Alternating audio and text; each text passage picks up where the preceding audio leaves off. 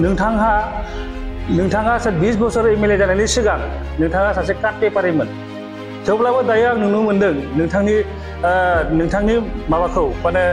डिजिग्नेशनखौ नोंथाङा धन आरजिनायसो एवार्ड मोननो नोंथाङा समायो आरो बिनि बादै जेबो समाया इउपिए सरकार फैनाय लोगो लोगोनो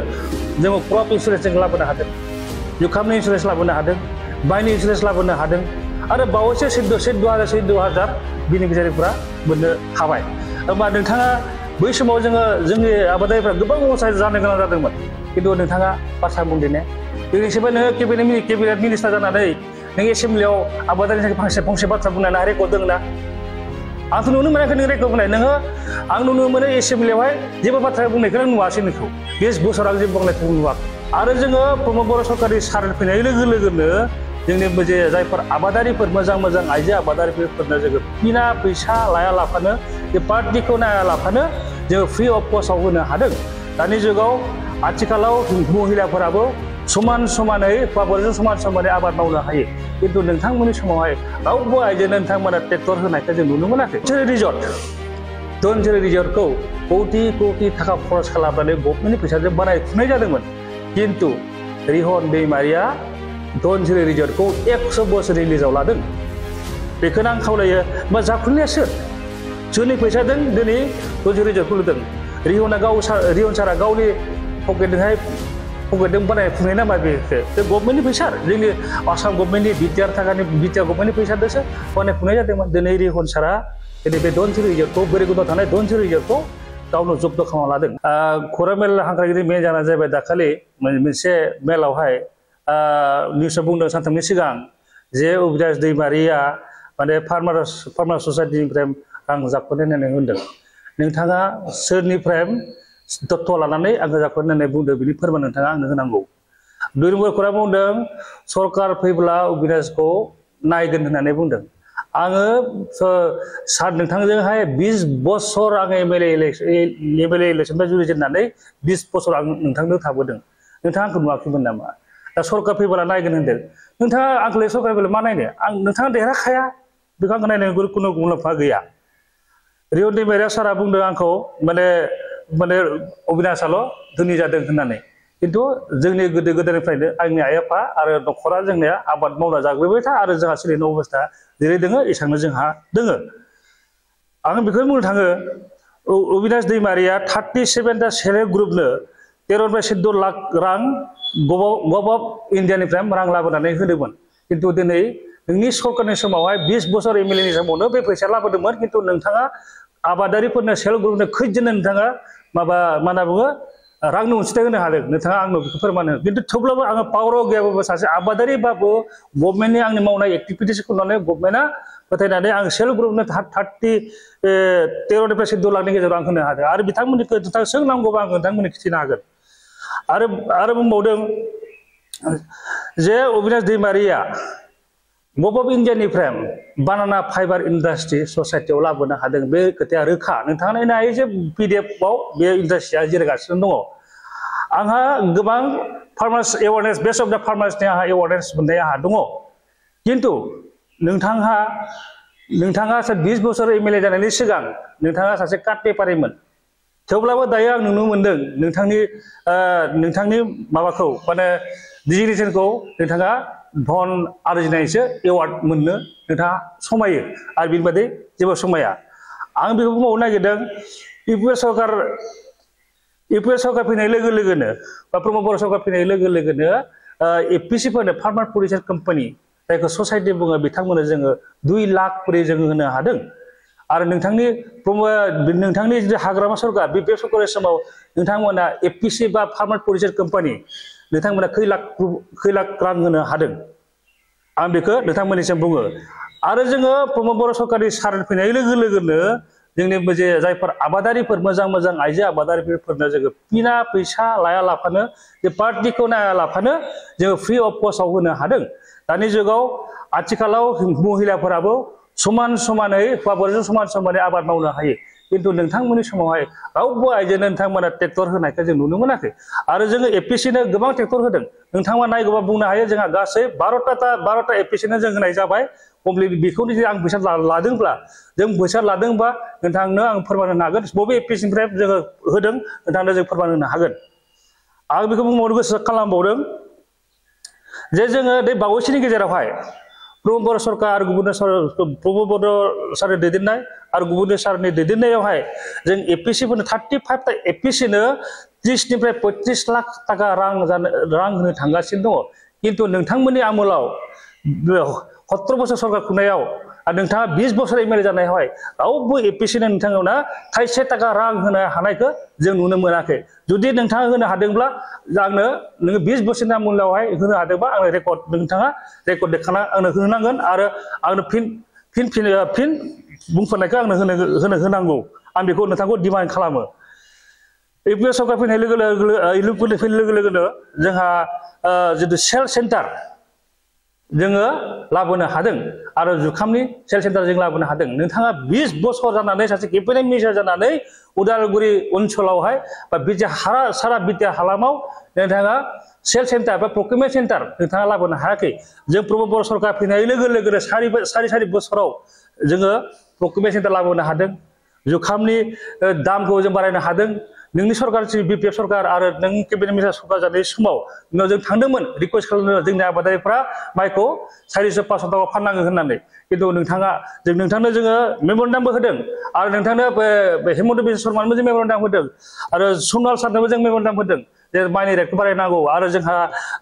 जुखामफोरनि रेटखौ बारायनांगौ होननानै होदों किन्तु नोंथाङा हायासै जोंनि सारि बोसोराव प्रमद बर' सारनि दैदेननायाव आरो गुबुन सारनि दैदेननायाव जोङो माइनि सेन्टारखौ जों बहायनो हादों आरो जुखाम सेन्टारखौ जों बहायनो हादों आं बेखौ रोखा बुङो इउपिए सरकार फैनाय लोगो लोगोनो जोङो क्रप इन्सुरेन्स जों लाबोनो हादों जुखामनि इन्सुरेन्स लाबोनो हादों माइनि इन्सुरेन्स लाबोनो हादों आरो बावैसो 14,000 बेनिफिसियारिफोरा मोननो हाबाय होमबा नोंथाङा बै समाव जोंनि आबादारिफ्रा गोबां लस जानो गोनां जादोंमोन किन्तु नोंथाङा बाथ्रा बुंदों ने दिनैसिमबो नोङो केबिनेट मिनिस्टार जानानै नों एसेम्ब्लियाव आबादारिनि थाखाय फंसे बाथ्रा बुंनानै रेकर्ड दङ ना आंथ' नुनो मोनाखै नों रेकर्ड बुंनाय नोङो आं नुनो मोनो एसेम्ब्लियावहाय जेबो बाथ्रा बुंनायखौ नुवासै नोंखौ 20 बोसोर आं जेबो बुंनायखौ नुवाखै आं बेखौनो खावलायो नोंथाङा जेबो आबादारिफोरनि थाखाय जेबो कन्ट्रिबिउसन गैया आरो आं नोंखौ दाथिखौ बुंगासिनो दङ आरो रिहन दैमारि सारा दायो माने एकदम फुल खोथा बुंसै आंखौ जाखौलाय बुंदोंथ' आंबो बेखौ फुल खोथाखौ बुंनो थांसिगोन दा रिहन दैमारि सारा जेब्लाखि आस्था एनजिअ दोङो बे आस्था एनजिअ अफिसा आगोल बिएड कलेजनिसोमोन दायो माब्रै आस्था एनजिअआ दखल खालामनो हाखो बेखौ गोदोहाय बिएड कलेजखौ आबसुआसो दखल खालामोमोन आबसुखौ थगायनानै जानानै दायो आस्था एनजिअखौ बिएड कलेजखौ दायो आस्था अफिस बानायना दोननायखौ जों नुनो मोन्दों आरो बिनि प्रेसिडेन्टआ सोर प्रेसिडेन्ट सोर प्रेसिडेन्टआ दङमोन आवगायहाय जोंनि बे राजिब बसुमतारी बिथाङा दायो बोरैगाव हायार सेकेन्डारिनि प्रिन्सिपाल जानानै दङ बिथाङा जेबो मिथिया आं सोंदों नोंनि आस्था एनजिअआ माबायदि जाना दङ आं जेबो मिथिया होननानै बिथाङा बुंदों दा नुमारबाय जे आस्था एनजिअनि गासै थाखा फैसा लुथिनाया रिहन सारानो होननानै देखा रायजोफ्रा मिथिखागौ आस्था एनजिअआ सोर होननाय रिहन होननासो बुंखायो बयबो आरो मोनसे नुबावदों इउएन पार्कखौ 1,25 लाखसोआव एनरेगाजों मावफुंनाय जादोंमोन किन्तु बे इउएन पार्कखौ दिनै सारा गावनि खालामना लादों बेखौ जुदि गावनि फैसाजों बानायनायबा आलादा खोथामोन किन्तु गभर्नमेन्टनि फैसाजों बिथाङा इउएन पार्कखौ बिजनेस खालामदों जोंनि इउएन फादार अफ बड' इउएन ब्रह्मखौ बिथाङा बिजनेस पलिसियाव लांदों आरो बेखौ बिजनेस खालामदों जोंनि बड' पार्कखौ हायोब्ला बे इउएन पार्कखौ दाम दाननानै रिहन दैमारि पार्क होनायासो मोजां जागोन आं बेनिखायनो बिटिआर सरकारखौ खावलायो अति हुनकाले बे इउएन पार्कखौ जाहाथे बड'फाया बिजनेसाव लांजाया जाथों बड'फानि नाम लानानै बिजनेस दा खालामथों आं बेखौनो खावलायदों जे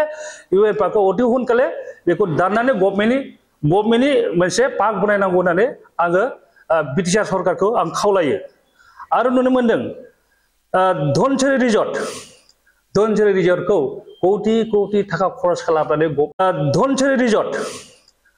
रिजर्टखौ कौटि थाखा खरस खालामनानै गभर्नमेन्टनि फैसाजों बानायफुंनाय जादोंमोन किन्तु रिहन दैमारिया धनसिरि रिजर्टखौ 100 बोसोर रिलिजाव लादों बेखौनो आं खावलायो बा जाख्ल'नाया सोरनि फैसाजों दिनै धनसिरि रिजर्टखौ लुदों रिहन सारा गावनि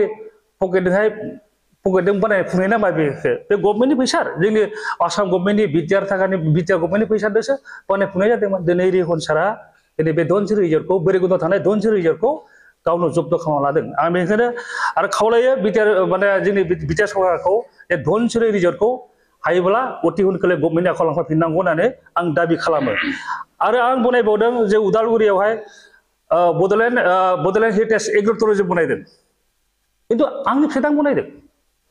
आं रावनि सरकारनि फैसाजों आं बनायाखै जों नोंथांमोना सोरबाफोर जुदि आं सरकारनिफ्राय हेल्प लादों नामा खिन्थु आंनि बनायनाय कारन दङ रायजोफोर बेवहाय बड'लेण्ड हेरिटेज एग्र' टुरिजमावहाय जोंहा खेथि बाथि जोङो मावफुंनाय जायो जों माल्टा गायदों थाइजौ गायदों खान्थाल गायदों अनेक जों गायदों नोंनि धनसिरि रिजर्टआव मा दं नोंनि धनसिरि रिजर्टआव आरो माने दुकान दङ आरो थाग्राल' दङ बेनिबायदि जेबो गैया आरो बे जोंहा नोंनिफ्राय मोनसेबो एगजाम्पल ओंखारनायखौ जों नुनो मोना आं बुंबावो उदालगुरि डिस्ट्रिक्टआव उदालगुरि टाउनावहाय रिहन सारा बिगा हा बायनाय दङ उदालगुरियाव बुंनो थाङोब्ला सबसे लेन्डलर्ड बुंनो थाङोब्ला रिहन सार दैमारियानो जागोन आरो बिथाङा माहा बेसां थाखा मोनखो बे जाख्ल'आबा बे मानि थाखा मोनखो सासे मिनिस्टारा खमसे खम हमना लाबाय दरमाहाया 1 लाख थाखा 1 लाख बोसोर 12 लाख आरो बिनि जानाय लोंनाय स्टेन्डार्ड माहा थांखो आं नुनो मोनदों जाख्ल'नाय होनोब्ला गावसो गोलैदों होननानै सानना लायो आरो बुंनो थाङोब्ला सासे बिगा हा बायनानै बे मानो हस्पिटाल बनायाखै ससियेल वर्क मानो खालामाखै दिनै बनायदों बियो आदम रेस्टुरेन्ट बनायदों जेनेबा बिजि बेंकनो लन होदों बेंकनो भारा होदों आं बिदिसो नुदों माने गावनि थाखा आरजिनायनि बादै आं जेबो नुनो मोनाखै आरो बुंनो थाङोब्ला उदालगुरि डिस्ट्रिक्टआवनो माने बागाना बेहा 500 बिगानिफ्राय 1000 बिगानि गेजेराव निस्सय जानांगौ होमबाला बेबो फरेस्ट लेन्डआवबाव होमबा बिनिसो धनिया सोर जागोन आंब्ला बे माब्रै थाखा मोनखो आंखौ बे बुंदों फार्मासिनि रां जाख'दों होननानै आं सासे फार्मासिनि थाखा जाख'बा मानसि आं सासे आबादारिसो आं सासे गादा गुदा आबादारिसो आंहा जेबो खमि गैया इसोरा जोंनो होदों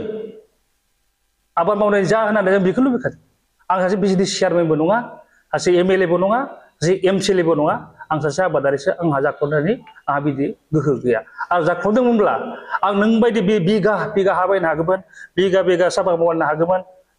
आं बहुद खामानि मावनो हागौमोन आरो मिथिनो मोनबावदों बैयावहाय मोनसे साहा फेक्टरि जादों बे गलमा खाथियावहाय टि फेक्टरि बेयावहाय हनुमानजोंबो पार्टनारशिप दङ होननानै जों खोनानो मोनो बे बेसेबां आं बेखौ मिथिया खिन्थु खोनायो खिन्थु पाब्लिकआ बुङो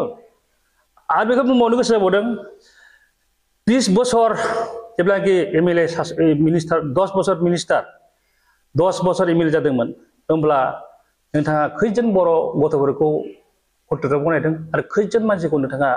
रांखान्थि बेलायाव जौगाथाय होनो हादों बेखौ आं नुनो मोनाखै खिन्थु आं मोनसेल' नुदों खोनादों पाब्लिकनिफ्राय बुंनायखौ बै बाजाज अशोक बाजाजनो बिथाङा पार्टनारशिपआव थायो होननायखौ जों खोनानो मोनदों बे कन्ट्रेक्टरफोरनि बुंनाय खोथा आरो कन्ट्रेक्टर मिथिखागोन जिबौआ आथिंखौ नुयो बिदि हिसाबैब्ला अशोक बाजाजजों रिहन सारा कन्ट्रेक्टआव सामिल दङ होननानै जों मिथियो माने पाब्लिकनि बुंनाय बायदिबा होमब्ला गासै खामानिखौबो अशोक बाजाजनो कौटि होयोमोन बेखौ कन्ट्रेक्टरानो बुंनाय खोथा बियो नों खैजों कन्ट्रेक्टरफोरनो नोंथाङा होदों जों बेखौ नुवाखै जों नोङो कन्ट्रेक्टर एस'सियेसनफोरनाव आं बेखौ नुवाखै नोंखौ खोनादों जे कन्ट्रेक्टर एस'सियेसन नोंथाङा होनायखौ जों नुनो मोनाखै आरो बुंबावदों आङो भैरबकुन्द'आवहाय दायो माने एमसिएलए गेलेनो रिहन सारा थांगासिनो दं होननानै खोना मोनदों मा नोंथाङा 20 बोसोर 10 बोसोर मिनिस्टार 10 बोसोर एमएलए जाखाबाय आरो नोंथांनो बेसेबां पावार नांगौ नोंथाङा कौटि थाखा गनायखाबाय बे बेलायाव नोंल' जाबाय थासै नामा नोंहा मानसि गैया नामा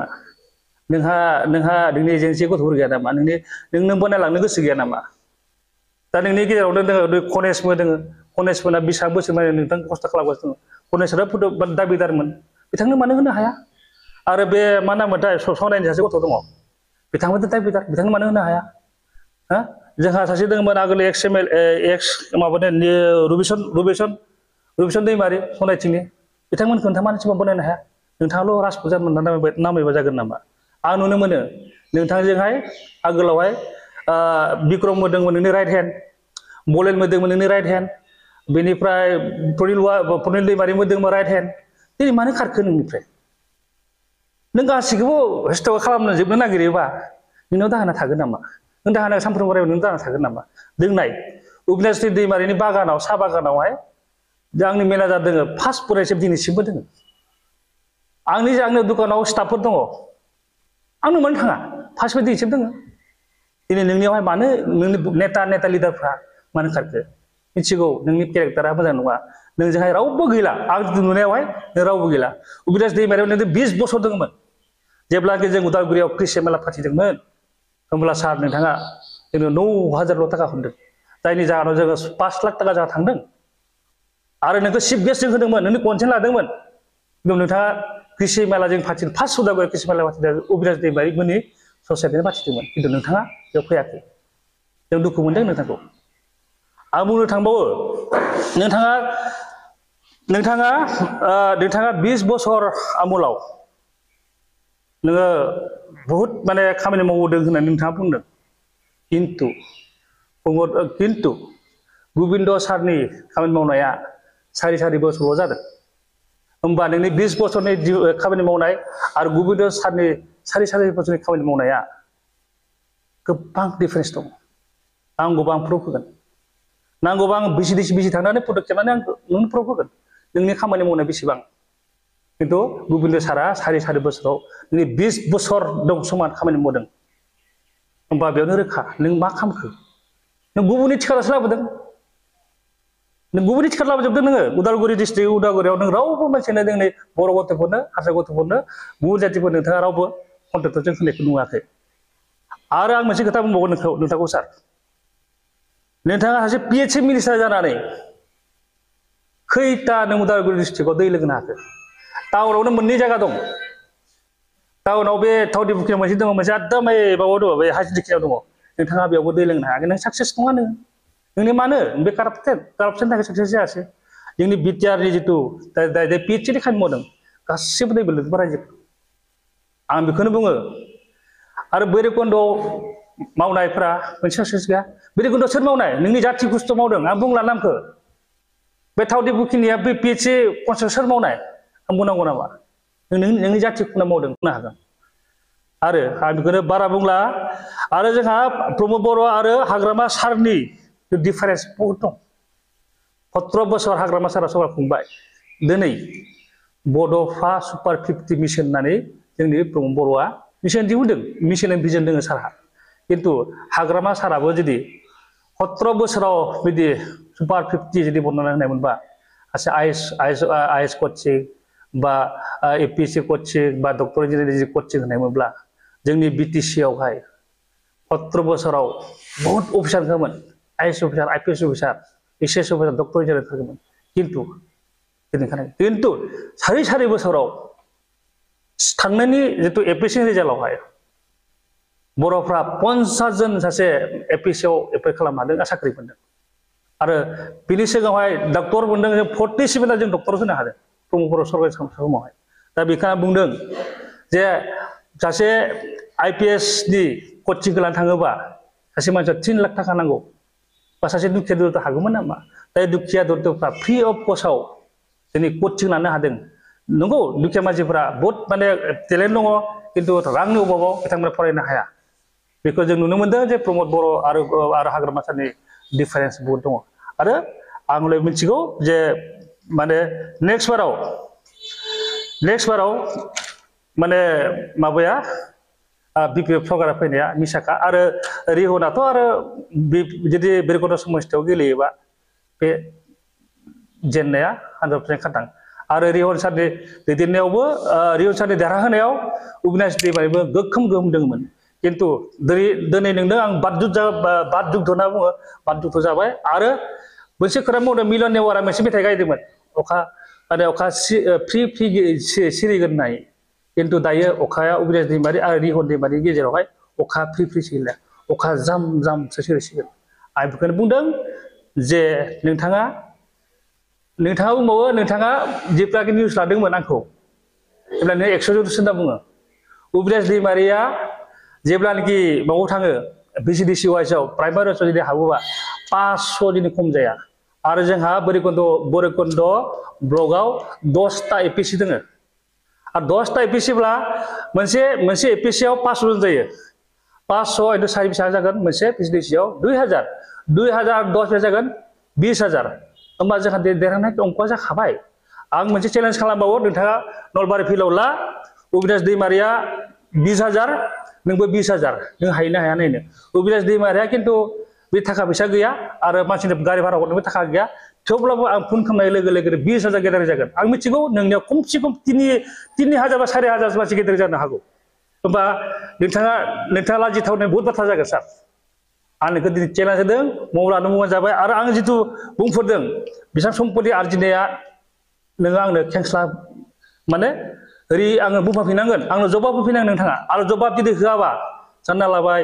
रिहन दैमारिया कारापसन ना अबिनाश दैमारिया कारापसन आं बेसेबांखिनि बुंनानै जिरायबाय गोजोन्थों